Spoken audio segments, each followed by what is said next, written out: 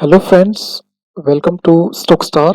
तो आज के एपिसोड में हम चर्चा करने वाले हैं टाटा ग्रुप की बेहतरीन कंपनी टाटा केमिकल लिमिटेड के बारे में। और जैसा कि आप जानते हैं, हम किसी भी कंपनी को 5 भागों में एनालाइज करते हैं, जिनमें कंपनी की जानकारी, कंपनी के बिजनेस की जानकारी, कंपनी के फाइनेंशियल और इसके सेक्टर से जुड़ी हुई कंपनियों के साथ इसका कंपेयर, और अंत में स्टॉक्स के प्राइस को हम चार्ट पर भी एनालाइज करते हैं। स्टॉक्स में क्या आगे चलकर ग्रोथ की संभावनाएं हैं और आगे क्या कंपनी के लिए अच्छा और बुरा हो सकता है, उन पर भी एक नज़र डालते हैं। तो वीडियो को एंड तक देखें ताकि कंपनी के बारे में पूरी जानकारी आपको मिल सके। तो शुरू करते हैं दोस्तों। तो आगे बढ़े उससे पहले दोस्तों, कुछ एक कंपनी के इम्पोर्टेंट पहलुओं पर हम नज़र डालना चाहेंगे आपकी, कि प्रमोटर है वो लगातार कंपनी में, आप देख पा रहे हो, वो अपनी हिस्सेदारी बढ़ा रहे हैं। और कंपनी टाटा केमिकल के द्वारा लंदन स्थित जॉनसन मैथे की बैटरी सामग्री व्यवसाय को खरीदने के लिए कंपनी सबसे आगे चल रही है। और साथ भी आप देख पा रहे हो दोस्तों कि सरकार कैबिनेट के द्वारा advance chemical cell battery storage के लिए 18,000 करोड़ की पीएलआई योजना की भी मंजूरी दी है। बताना चाहूंगा कि दोस्तों, एफआई, डीआई और अपने रिटेल ट्रेडर हैं, ये सब कंपनी के बाहर काम करते हैं। लेकिन जो कंपनी को चलाने वाले हैं, अगर वो कंपनी में हिस्सेदारी अपनी बढ़ा रहे हैं, और जाहिर सी बात है कि हम सबसे बेहतर कंपनी को चलाने वाले कंपनी को अच्छे से जानते हैं। अगर वो कंपनी में अपनी हिस्सेदारी बढ़ा रहे हैं, तो उनको कंपनी में कुछ आगे ग्रोथ दिखाई दे दे रहा होगा, तो तभी तो वो कंपनी में अपनी हिस्सेदारी बढ़ा रहे हैं। और जैसा कि आप जानते हैं दोस्तों कि इलेक्ट्रिक बाजार आगे चलकर कितना बड़ा इसका मार्केट होने वाला है, और उसी को कंपनी मानकर जो लंदन की बैटरी बनाने वाली कंपनी है, उसको एग्रेसिव होकर खरीदने की जो दौड़ है उसमें सबसे आगे चल रही है। और सरकार भी इसकी तरफ से कंपनियों को प्रोत्साहन जारी कर रही है, और कैबिनेट के द्वारा 18,000 करोड़ की जो पीएलआई योजना है वो इसी से संबंधित है। अभी कंपनी के इतिहास पर नजर डालते हैं। तो 1927 में कपिल राम वकील ने ओखला मंडल साल्ट वर्क्स की स्थापना की थी। और 4 मई 1927 को बड़ौदा के तत्कालीन दीवान वीटी कृष्णमाचारी ने इसकी आधारशिला रखी थी। 1931 और 40 के दौरान टाटा केमिकल लिमिटेड, ये टाटा ने ओखला मंडल साल्ट वर्क का अधिग्रहण करने के लिए संपर्क किया था। और 1940 में टाटा केमिकल लिमिटेड को 23 जनवरी को नियमित किया गया था। 1946 से 50 के बीच कंपनी के द्वारा मीठापुर में स्थापित अस्पताल में चिकित्सा सुविधाएं दी गई थी, और सोडियम बायोकार्बोनेट का उत्पादन शुरू किया। 1962 में कंपनी ने सघन सोडा ऐश का उत्पादन शुरू किया था। और कंपनी का जो लाभ था वो 17 लाख रुपए से बढ़कर 89 लाख रुपए हो गया था, जो कि एक महत्वपूर्ण सफलता थी, क्योंकि तकनीकी कर्मचारी ताजे पानी के स्थान पर औपचारिक समुद्री जल का उपयोग करने में सफल होते हैं। कंपनी ने 1971 में टाटा केमिकल ने टाटा ऑयल मिल के माध्यम से अपने रसायनों की बिक्री बंद कर दी थी और अपने आप बिक्री शुरू की थी।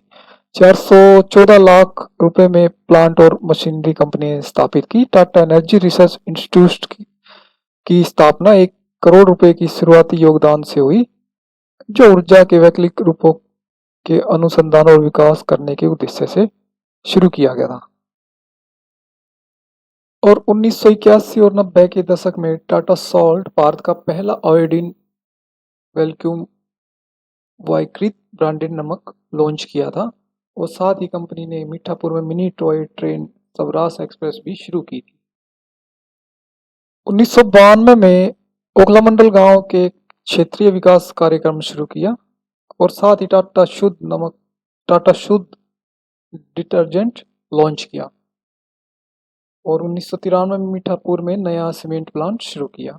1994 में बबराला में उर्वरक संयंत्र 36 महीने में चालू हुआ और उर्वरक संयंत्र स्थापित करने का जो एक विश्व रिकॉर्ड भी है। 2003 में टाटा सॉल्ट भारत के सबसे भरोसेमंद ब्रांडों के ब्रांड इक्विटी सर्वेक्षण में नंबर 1 खाद्य ब्रांड का स्थान प्राप्त किया। और जो मीठापुर है वो आईएसओ प्रमाण पत्र प्राप्त करने वाला पहला औद्योगिक शहर भी बन गया था इसके साथ ही। 2005 में कंपनी ने अंतर्राष्ट्रीय की दिशा में पहला कदम बढ़ाया, जो टाटा केमिकल ने इंडो मैरोक फास्फोर्स एस में हिस्सेदारी हासिल की। 2006 में टाटा केमिकल ने यूके स्थित बुर्नन मोड ग्रुप का अधिग्रहण पूरा किया, जो सोडा एस और संबंध उत्पादों के दुनिया के अग्रणी निर्माताओं में से एक है। 2008 में अमेरिका स्थित जनरल केमिकल इंडस्ट्रियल प्रोडक्ट का अधिग्रहण करने के बाद टाटा केमिकल दुनिया की दूसरी सबसे बड़ी सोडा एस निर्माता कंपनी बन गई। 2009 में कंपनी ने टाटा केमिकल ने नई आई शक्ति cooking soda refined sodium bicarbonate launch किया और साथ ही टाटा केमिकल ने टाटा स्वच्छ वाटर प्यूरिफायर लॉन्च किया, जिसे भारत की सबसे बड़ी सामाजिक और तकनीकी चुनौतियों में से एक सुरक्षित पेयजल की आवश्यकता से निपटने के लिए डिजाइन किया गया था। 2010 में टाटा केमिकल ने आई शक्ति दाल पेश की और रेलिस इंडिया में मेटा हेलिक्स लाइफ साइंसेज में बहुमत हासिल किया। टाटा केमिकल ने प्रमुख वैक्यूम नमक उत्पादन ब्रिटिश सॉल्ट यूके में 100% की जो हिस्सेदारी थी उसका भी अधिग्रहण किया। 2011 में कंपनी ने टाटा केमिकल ने वैश्विक सहायक company Tata chemical north America, Tata chemical नकदी, टाटा केमिकल यूरोप को रिबॉन्ड किया। ईपीएम माइनिंग वेंचर और कनाडा में भी हिस्सेदारी का अधिग्रहण किया। 2012 में कंपनी ने टाटा सॉल्ट प्लस भारत का पहला आयोडीन प्लस आयरन फोर्टिफाइड नामक नमक लॉन्च किया और साथ ही टाटा सॉल्ट ने लॉन्च किया अपना फ्लेवर वेरिएंट फ्लेवोरिटीज। 2013 में टाटा केमिकल ने नोमेशी organic plant growth regulator launch किया, फार्माग्रो और फार्माग्रो जी। और साथ ही टाटा केमिकल के प्रयासों से 350 से अधिक व्हेल शार्क को बचाने में भी कंपनी के द्वारा मदद की गई थी। और 2014 में कंपनी ने अपने 75 केमिकल कारोबार के जो 75 वर्ष पूरे किए और पुणे में एक अत्याधुनिक नवाचार केंद्र का भी उद्घाटन किया। टाटा केमिकल ने पेश किया पारस अमोनिया फॉस्फाइड सल्फेट और उर्वरक। 2015 में टाटा केमिकल ने दैनिक पौष्टिक खाद्य पदार्थ उपलब्ध कराने पर ध्यान देने के साथ टाटा संपन्न लॉन्च किया। टाटा केमिकल ने टाटा स्ट्राइव के तहत पहला कौशल विकास केंद्र बनाने के लिए टाटा कम्युनिटी इनिशिएटिव ट्रस्ट के साथ समझौते ज्ञापन पर भी हस्ताक्षर। कंपनी दो वर्टिकल में काम करती है, बेसिक केमिस्ट्री और स्पेशलिटी केमिस्ट्री। कंपनी की बेसिक केमिस्ट्री उत्पाद श्रृंखला में ग्लास, डिटर्जेंट, फार्मा, बिस्किट निर्माण, बेकरी और अन्य उद्योगों के लिए दुनिया के कई प्रमुख ब्रांडों को प्रमुख सामग्री प्रदान करना है। और साथ ही कंपनी ने ऊर्जा विज्ञान में एक अत्याधुनिक समाधान प्रदान करने के लिए एक मंच तैयार कर रही है, जिसमें लिथियम ऑयल सेल प्रौद्योगिकी का निर्माण करना है। कंपनी के पास एशिया का सबसे बड़ा साल्ट वर्क्स है और सोडा एस के तीसरे सबसे बड़े निर्माता और दुनिया में छठे सबसे बड़े सोडियम बाइकार्बोनेट निर्माता भी है। और साथ ही रसायन विज्ञान के कंपनी के नवाचारों ने टाटा एनक्यूज की स्थापना की थी, जो भारत का पहला और एकमात्र पोषक विज्ञान व्यवसाय है। और साथ ही कंपनी ने फूसेंस और ब्रोसेंस के उत्पादन का बीड़ा उठाया। स्वास्थ्य प्रीबायोटिक उत्पादों की एक श्रृंखला जो भारत, उत्तरी अमेरिका, यूरोप, मध्य पूर्व और एशिया में B2B ग्राहकों के लिए समर्पित है। कंपनी की सहायक कंपनी रेलिस इंडिया लिमिटेड के माध्यम से फसल सुरक्षा व्यवसाय में मजबूत स्थिति है। हाईली डिस्पेंसिबल सिलिका के निर्माण के लिए कंपनी हरित पेटेंट तकनीक, उच्च प्रदर्शन वाले tyre, oil, oral care, paint और एडिटिव आदि सहित कई उद्योगों को मूल्यवर्धन प्रदान करने पर केंद्रित है। कंपनी का मानना है कि हमारी ताकत विज्ञान में है और पुणे में कंपनी का इनोवेशन सेंटर नैनो टेक्नोलॉजी और बायोटेक्नोलॉजी में विश्व स्तरीय R&D की क्षमताओं का घर बनाया है। और कंपनी के जो और केंद्र है वो मीठापुर और बेंगलोर में स्थित है। अभी बात करते हैं कंपनी के फाइनेंशियल की। कंपनी का मार्केट कैप है 23,919 करोड़ का। EPS कंपनी का 26.76 का और पी आप देख पा रहे हो 35 का कंपनी का पी रेशियो है। और कंपनी में शेयर होल्डिंग की अगर बात करें तो प्रमोटर कंपनी में मेजोरिटी शेयरधारक हैं और लगातार अपनी हिस्सेदारी है वो अभी बढ़ा रहे हैं। तकरीबन 37.98 की कंपनी में शेयर होल्डिंग प्रमोटर की है और नॉन इंस्टीट्यूशन की कंपनी में 27.53 की और FI कंपनी में 14.45% की हिस्सेदारी रखते हैं और इंश्योरेंस कंपनियों की कंपनी में 11.57% की होल्डिंग और म्यूचुअल फंड कंपनी में 8.34% की हिस्सेदारी कंपनी में रखते हैं। और कंपनी की जो कुल सेल में उसमें उसमें 94% का जो कंट्रीब्यूट है वो बेसिक केमिस्ट्री प्रोडक्ट के द्वारा किया जाता है और 5.81% है वो स्पेशलिटी प्रोडक्ट के द्वारा कंपनी का आता है। और कंपनी की कुल सेल में 34.97% की जो हिस्सेदारी है वो सोडा ऐश के द्वारा आती है और सोल्ट के द्वारा कंपनी की भी एक बड़ी हिस्सेदारी तकरीबन 34.18% की और अदर जो ऑपरेटिंग इनकम है वो कंपनी की 13.27% की आती है।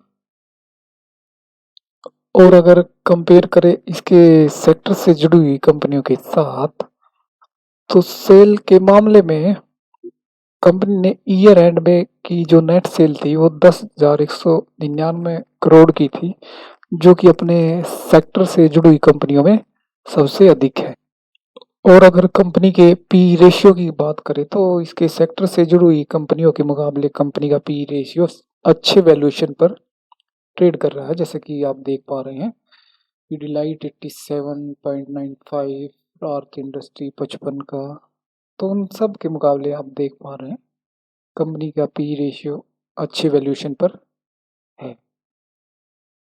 अगर कंपनी के प्रॉफिट की बात करें तो ईयर एंड में 410 करोड़ का कंपनी का प्रॉफिट रहा, जहां आप देख पा रहे हैं कि गुजरात फ्लोरोकेमिकल ने जहां लॉस दर्ज किया और क्लीन साइंसेज के मुकाबले कंपनी का बेहतर प्रदर्शन। कंपनी के डेब्ट टू इक्विटी रेशियो की बात करें तो वो 0.47 पर ट्रेड कर रहा है। हालांकि ये जरूर इस डेब्ट टू इक्विटी रेशियो के मामले में आपको देख पा रही है कुछ अदर कंपनी जैसे दीपक नाइट्रेट इनके मुकाबले कहीं अधिक दिखाई दे रहा है। लेकिन अगर आप इसको ईयर ऑन ईयर आप देखें तो 2015 में ही ये 1.53 पर था जो हाल में अभी आप देख पा रहे हो 0.47 पर। तो ये लगातार कंपनी अपना जो डेब्ट है वो कंपनी आप देख पा रहे हैं 9,000 का जो डेब्ट था उसको कम करके 6,744 करोड़ पर लेके आई है। और साथ ही कंपनी की जो नेट वर्थ है वो भी आप देख पा रहे हो अपने हाईएस्ट लेवल पर है।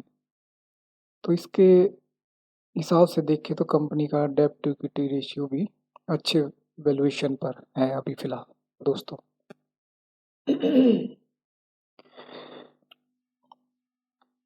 अभी स्टॉक्स के प्राइस को चार्ट पर एनालाइज करते हैं।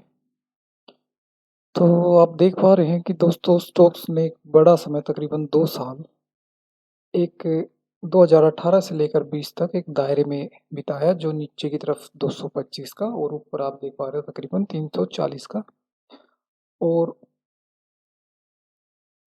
2020 के एंड में स्टॉक्स ने इस रेंज का 2 साल की रेंज का ब्रेकआउट दिया और आप देख पा रहे हो उसके बाद से स्टॉक्स ने बड़ा मूव निचले लेवल से दिखाया। निचले लेवल से स्टॉक्स तकरीबन 5 गुना तक बढ़ चुका है और ऊपरी लेवल जो 1160 के आसपास थे, तो उस लेवल से स्टॉक्स में अभी गिरावट कुछ देखी जा रही है। लेकिन अगर लॉन्ग टर्म के हिसाब से अगर आप देखें तो स्टॉक्स एक कंटिन्यू एक अपर चैनल में अभी ट्रेड कर रहा है। तो शॉर्ट टर्म में अगर आप देख भी पा रहे हैं कि मार्केट में ऑल ओवर मार्केट में भी गिरावट कुछ देखी गई है, एफआई की तरफ से जो सेलिंग के आंकड़े आ रहे हैं और स्टॉक्स नीचे से भी तकरीबन 5 गुना तक बढ़ चुका है। तो एक जो प्रॉफिट बुकिंग थी वो स्टॉक्स पर ड्यू थी, तो उसी का रिएक्शन आप स्टॉक्स में देख रहे हैं। तो इन लेवल पे अभी थोड़ा स्टॉक्स को आप अवॉइड करें, लेकिन अगर स्टॉक्स 800 के आसपास अगर आता है तो उन लेवल पर ज़रूर आपको खरीदारी के बारे में सोचना चाहिए और अपने पोर्टफोलियो में स्टॉक्स को शामिल करना चाहिए। शॉर्ट टर्म के जो सपोर्ट लेवल हैं, वो 780 के आसपास के निकल कर आ रहे हैं। तो जब तक स्टॉक्स इन लेवल को रिस्पेक्ट करें, इनके ऊपर ट्रेड करें, तो बिल्कुल स्टॉक्स में अपनी पोजीशन को कैरी करें और लॉन्ग टर्म के हिसाब से आप कंपनी में इन्वेस्टेड रह सकते हैं। तो बिल्कुल अपने स्टॉक्स को अपने रेडार पर रखें। तो आज के एपिसोड में केवल इतना ही।